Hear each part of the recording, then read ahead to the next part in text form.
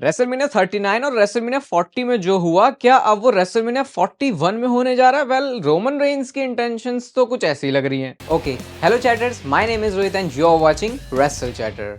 तो इस वीडियो में बात करने वाले हैं आज ये स्मैकडाउन के शो के बारे में। कैसा शो रहा, 3 घंटे की स्मैकडाउन होने लगी है, क्या है शो की रेटिंग, सब कुछ डिस्कस करेंगे। और बस आप कर देना हर बार की प्रथा पूरी, और वो है इस वीडियो को लाइक करना, चैनल को सब्सक्राइब करना। सबसे पहले जो स्मैकडाउन की स्टार्टिंग है वो होती है पॉल हेमन के साथ। पॉल हेमन रिंग में आते हैं और भाई आज पॉल हेमन जो प्राउड में, जो गर्व में, जो खुशी में लग रहा था, उसका तो कुछ आप वो चेहरे पे ही पढ़ सकते हो पॉल हेमन के, क्योंकि अब जो ओरिजिनल ट्राइबल चीफ है वो क्लेम कर सकते हैं रोमन रेंस अपने आप को। और पॉल हेमन भी यही आके बोलते हैं कि there is only one reigning defending world heavyweight champion, ये सब करके उन्होंने सब नाम जोड़ दिए उनके साथ में, और कहते हैं वो है ट्राइबल चीफ रोमन रेंस। और कहते हैं मुझे आज ओटीसी ने ऑथराइज किया है कि अब अपना नेक्स्ट प्लान बता कि अब उनको किस तरफ जाना है, क्या वो करना चाहते हैं। कहते हैं एक बंदा है जिसके सामने ये चीज मैं फेस टू फेस कहना चाहूंगा, जो कि है हमारा raining defending undisputed champion Cody Rhodes. और वो कहते हैं कि अगर वो आ जाए तो ठीक है, सामने बता दूंगा। मैं सोचा था पॉल हेमन इतने जो शरीफ आदमी, उससे तुम पूछ रहे हो कि तू सामने आ जाएगा? भाई उसको कोई भी रिंग में एक फैन ही बोल देना कि भाई आ जा यार, जरा मुझे हाथ मिलाना है, वो वैसे भी निकल के आ जाएगा। तो तुम तो फिर भी वाइज मैन हो। कोडी रोड्स की एंट्री होती है, कोडी रोड्स आते हैं रिंग में और सबसे पहले दोनों ने हैंडशेक किया। थोड़ा सा ना अभी भी ऑकवर्ड और वियर्ड सा लगता है मुझे ये देखना कि ये दोनों बंदे हैंडशेक कर रहे हैं, क्योंकि इतने टाइम से दिमाग में ऐसा ही भरा हुआ है ना कि जो ब्लड लाइन है वो हमेशा कोडी रोड्स के अगेंस्ट रही है, लेकिन क्योंकि अब ब्लड लाइन भी वही फेस हो चुकी है तो वो थोड़ा सा अटपटा लगता है। बट इन्होंने यहाँ पे हाथ मिलाया और इसके बाद पॉल हेमन ने शुरू कर दी अपनी सारी जो प्लान्स है वो बताना। थोड़ी सी तारीफ है भी कोडी रोड्स के बारे में, कहते हैं हाँ भाई जो तुम्हें क्राउड इतना अच्छा रिएक्शन दे रहा है, तुम सब डिजर्व करते हो, इवन इससे ज्यादा डिजर्व करते हो, और अब तो रोमन रेंस भी तुम्हारी रिस्पेक्ट करता है। ऐसा करके कोडी रोड्स को थोड़ा सा उन्होंने खुश कर दिया और कहते हैं कि रोमन रेंस ने मुझे कहा है कि कुछ बातें उनको आके बोलनी है and Roman Reigns wants his title back, ऐसा करके उन्होंने क्लियर बता दिया कोडी रोड्स के मुंह पे ही। और कहते हैं कि रोमन रेंस ये भी चाहता है कि कोडी रोड्स तू भी ये जान ले कि अब वो अपना टाइटल लेने ही वापस आएगा। और यहां से एक बड़ी चीज अनाउंस होती है, जो कि हमें पता चला कि रोमन रेंस की एंट्री होने वाली है रॉयल रंबल मैच में, और एक बार फिर से रोमन रेंस टाइटल के लिए लड़ेगा और कोडी रोड्स तेरे साथ मैच होगा, ऐसा पॉल हेमन आके बोलते हैं। तो मतलब ये अब ऐसे ही दिखा रहे हैं कि हाँ भैया, क्योंकि इनको मैच को जो हाइप करना है। एक एंट्री हमको ऑलरेडी मिल चुकी है जो कि है जॉन सीना की। जॉन सीना रोमन रेंस दोनों रॉयल रंबल मैच के अंदर कंपीट करेंगे, और आज जो दूसरी वीडियो आने वाली है चैनल में, भाई जॉन सीना के ऊपर ही वो एपिसोड है, बिल्कुल मिस मत करना उसको। पूरी जॉन सीना का आगे जो सीन है फेयरवेल टूर के अंदर वो कैसे चलने वाला है, एक बहुत शॉकिंग चीज़ें भी है उसमें, तो भाई वो सुनना जरूर, आप शाम को उसके लिए वेट कर सकते हो। अब इतना सब कुछ बोलने के बाद पॉल हेमन कहते हैं so what do you want to talk about, क्योंकि सब जो बातें वो तो उन्होंने बोल दी। अब कोडी रोड्स माइक पर आते हैं। भाई मैं अगर कोडी रोड्स की जगह होता मैं तो गुस्से में जल के वहीं राख हो जाता। कोडी रोड्स के बोलने के टाइम पे केविन ओवंस बोलना शुरू हो जाता है, पता नहीं कहां से क्राउड से वो निकल के आ रहे हैं। तो केविन ओवंस आके बोलते हैं कि you know what I want to talk about. इसके बाद वो बोलते हैं कि जब मुझे लगा कि भाई इससे बेकार कोडी रोड्स तू क्या ही कर सकता है, जो तूने रोमन रेंस के साथ बैड ब्लड में टीम बना ली, तूने रॉक के हाथ भी जो है वो मिला ली, और तूने ऐसा बताया क्यों? क्या क्योंकि उसने तेरे पिछवाड़े में चुम्मा दिया था, मतलब समझ रहे इंग्लिश में किस तरीके से उन्होंने उसको बोला होगा। उसके बाद वो कहते हैं कि तूने पॉल हेमन से भी हाथ मिला लिया। केविन ओवंस के जो अंदर का गुस्सा है वो और बढ़ते जा रहा है, क्योंकि अब सिर्फ रोमन रेंस के साथ यारी हो चुकी है, रॉक के साथ भी हो चुकी है, पॉल हेमन के साथ भी हाथ मिला लिया। लेकिन फिर वो कहते हैं भाई रियलिटी चेक तू ले, जब तूने ये हाथ मिला भी लिया तो उसके बाद क्या हुआ? तेरे से यही तो बोला जा रहा ना कि रोमन रेंस टाइटल वापस लेगा, तो भाई तू कभी समझ नहीं सकता, तू ऐसा नहीं कर सकता, तू वैसा नहीं कर सकता है। बोलते बोलते जब उन्होंने बोला तो भाई कोडी रोड्स को अब कुछ नहीं बोलना, बंदा इतना गुस्से में आ गया, जो कि शरीफ आदमी की तरफ से रेयर दिखता है। लेकिन केविन ओवंस ने जो हरकतें की हैं कोडी रोड्स को गुस्सा दिलाई देती हैं। कोडी रोड्स जाते हैं क्राउड में उनको मारने के लिए, वहां पे ब्रॉल कर रहे हैं। इतने में भैया घेराबंदी हो गई है पॉल हेमन की, क्योंकि Jacob Fatu and Tama tonga वहां पे आ जाते हैं। और अब ऐसा लगा कि भाई पॉल हेमन का सुल्तान हो सकता है। ऐसे कई मौकों पर हमने देखा बिल्कुल कॉर्नर पे जाके जो है पॉल हेमन चिपक जाते हैं, तो उनका सिग्नेचर ही हो गया, क्योंकि जब एक बंदा आ गया बड़ा तगड़ा तो भाई फिर पॉल हेमन तो साइड ही हो लेता है। लेकिन इस बार तो 2 बंदे आ गए थे। थीम सॉन्ग हिट होता है जिमी ऊसो का।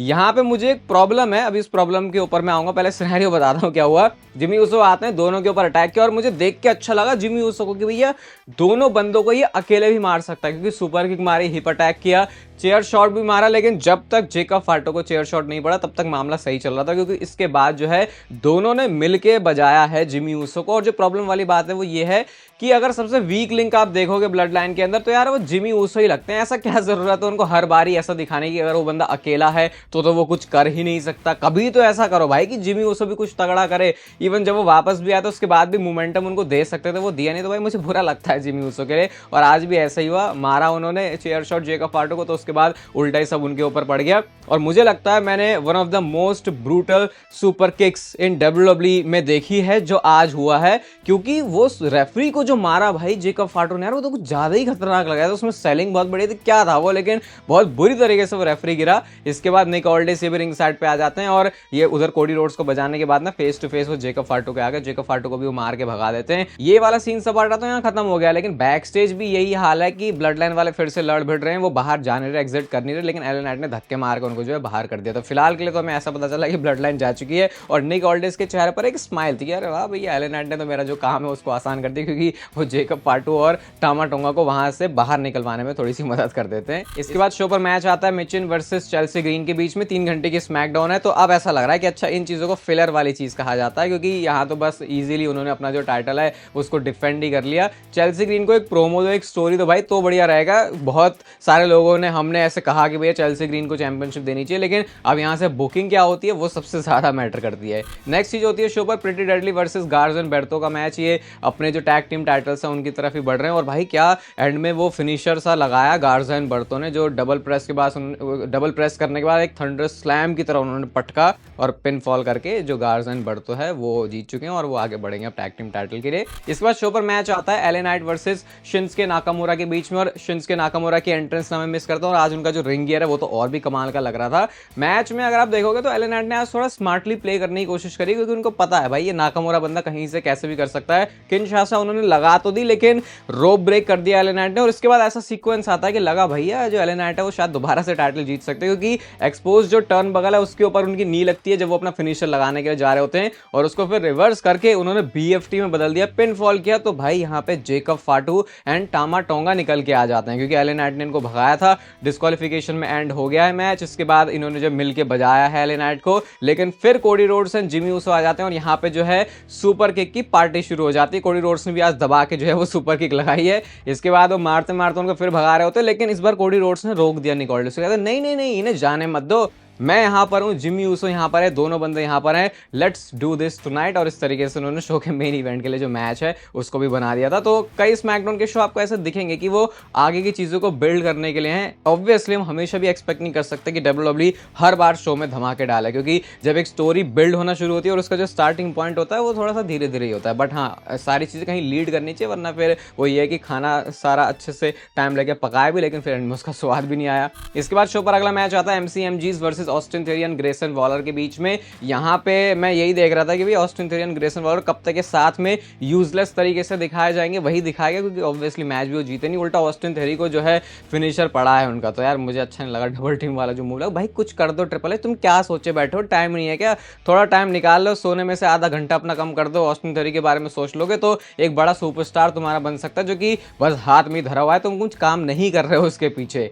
इसके बाद शो पर अगला सेगमेंट आता है टिफनी स्ट्रैटन का एज हमारी चैंपियन, जो कि वो money in the bank cash in करने के बाद जीती है। इंटरव्यू हो रहा होता है उनका और आज पहली बार कह सकता हूँ सही में सेंस बना इट्स टिफी टाइम का, क्योंकि अब उनके पास जो है वो चैंपियनशिप भी है। कहती है कि अभी तो 1 साल भी नहीं हुआ मुझे, सही सा अभी डेब्यू किया है मैंने अपना मेन रोस्टर में, 25 साल की मैं हूँ, मैं चैंपियन बन चुकी हूँ। नाया जैक्स को कैसे मैंने बेवकूफ़ बना दिया, सबको लगा था मैं बेवकूफ़, लेकिन एक्चुअल में तो वो बेवकूफ़ थी, मैं सही टाइम का वेट कर रही थी। नाया जैक्स आती हैं और वो काफ़ी इनकम्प्लीट सी लग रही थी यार मुझे नाया जैक्स आज, क्योंकि उनके पास जो है वो चैंपियनशिप नहीं है। वो आगे कहती है कि मेरे बिना तो वैसे भी कुछ नहीं थी, और या तो तू टाइटल मुझे इज्जत से दे दे या फिर मैं ले लूंगी। इसके बाद सारे के सारे जो कंटेंडर है वो आ गए, बेली निकल के आती है, नेओमी निकल के आती है, बियांका ब्लेयर, सब आ गए, क्योंकि अब जो है ये मैच बना रहे फेटल 4 वे वाला। एंड में टिफनी स्ट्रैटन ने सबको ही प्रिटीएस्ट मून सॉल्ट लगा दिया। फेटल 4 वे मैच होता है कि भैया जो नंबर 1 कंटेंडर बनेगा। एक सीक्वेंस बहुत अच्छा था भाई, इसमें बियांका ब्लेयर ने स्पीयर मारा तो बेली ने उसको रोक दिया पिनफॉल से, फिर बेली ने बेली टू बेली लगाया, उसके बाद नेओमी आ जाती है, नेओमी ने रेयर व्यू लगाया, उसके बाद नाया जैक्स आ जाती है, फिर नाया जैक्स ने समवन ड्रॉप लगाया तो फिर बियांका ब्लेयर ने उसको सेव कर दिया। तो चारों का जो इन्होंने